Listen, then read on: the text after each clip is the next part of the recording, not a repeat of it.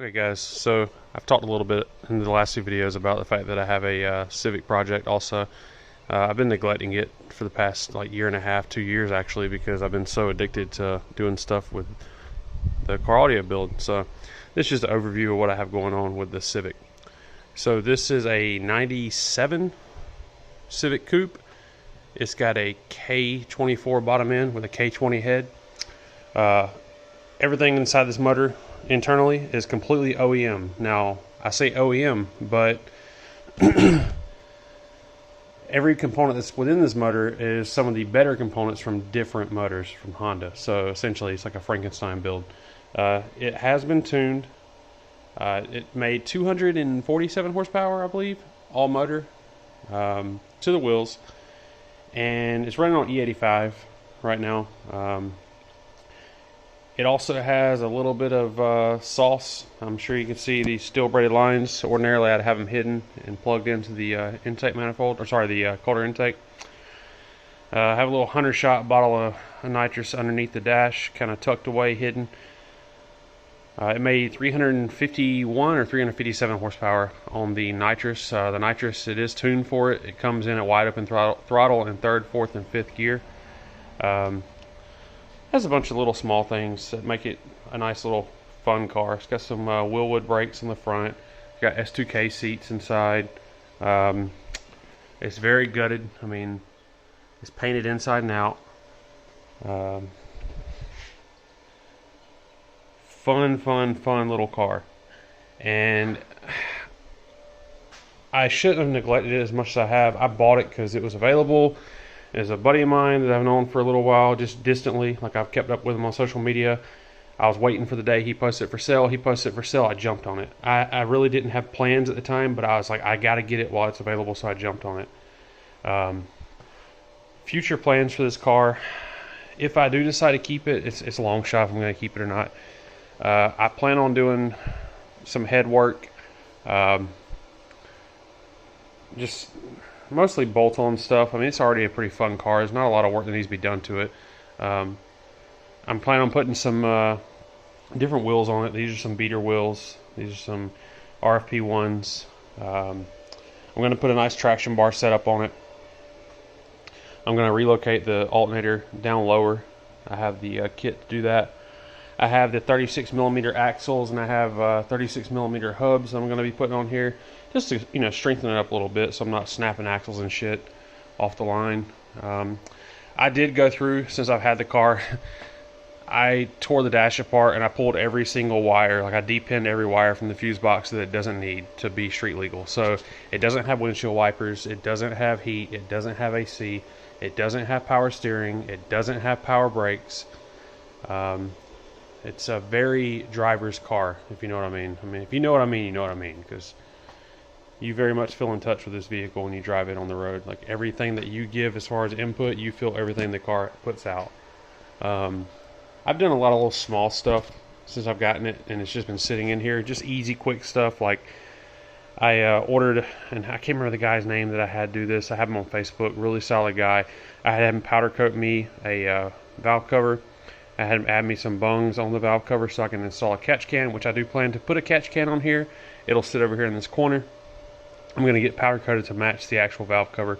I have the old valve cover up there as well as the catch can. The catch can's kind of ugly though, but I'm going to have it to match this.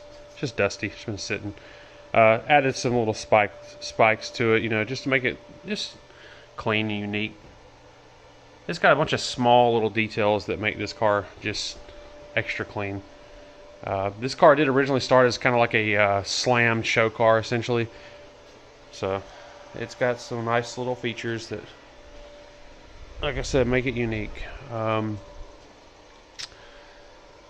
do plan on adding a tuck radiator that I have up there, just to kind of tuck that radiator down and hide it down low.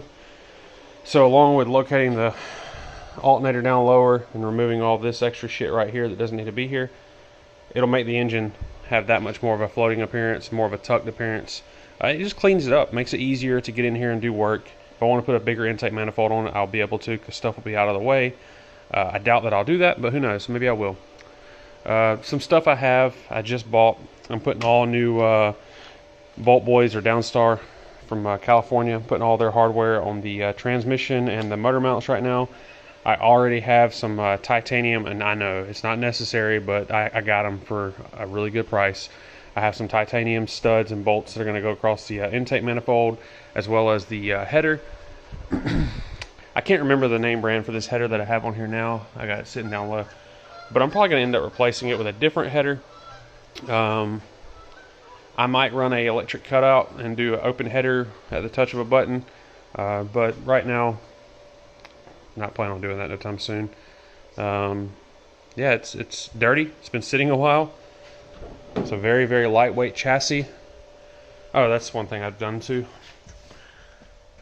I've added a wideband as well as an AEM oil pressure gauge.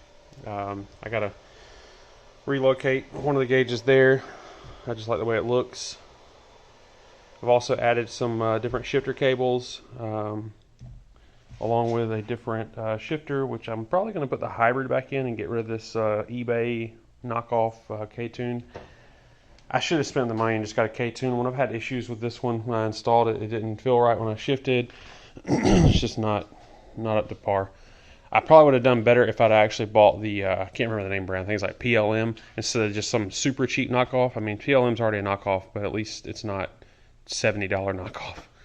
Other things I've added that you can't really see right now is the hood has the K-tune quick disconnects on it that mount here that allow me to quickly just lift the hood up, pop the hood out, take it off, sit to the side.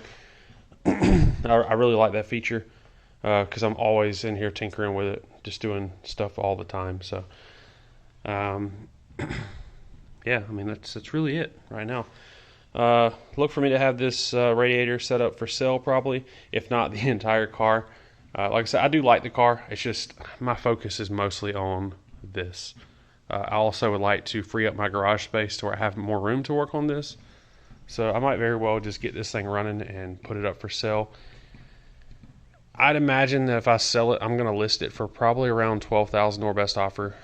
Prefer to sell locally within like the southeast, Georgia, Florida, Tennessee, Alabama, South Carolina, North Carolina area. I'd be willing to drive it to whoever is purchasing it. If you were willing to make like a $200 down payment, I would drive it to you, and then you just pay me the difference when I get there. It's a very fun car. Nothing wrong with it to my knowledge. I mean, I've literally put maybe 300 miles on it since I bought it, and that includes me driving it from Atlanta to Warner Robins, Georgia. So probably going to have the injectors clean because they have been sitting here for about 1.5 years with ethanol in the line, so I'm going to clean those gas lines out. As you can see, this car has been used for storage for a while, just stacking stuff up on top of it. If you're interested in buying one of these cowl covers like I have here, I promise you it's really clean whenever I wash it. The guy I purchased it from, I believe his company is called Soul Creations, S-O-L Creations with a K, 365. So hit him up. That's something you're interested in. I appreciate you guys taking a look at the car. Let me know if you have any questions about it. Oh, by the way, and that is the car's name. It's Guaca, aka Guaca Flocka Flame.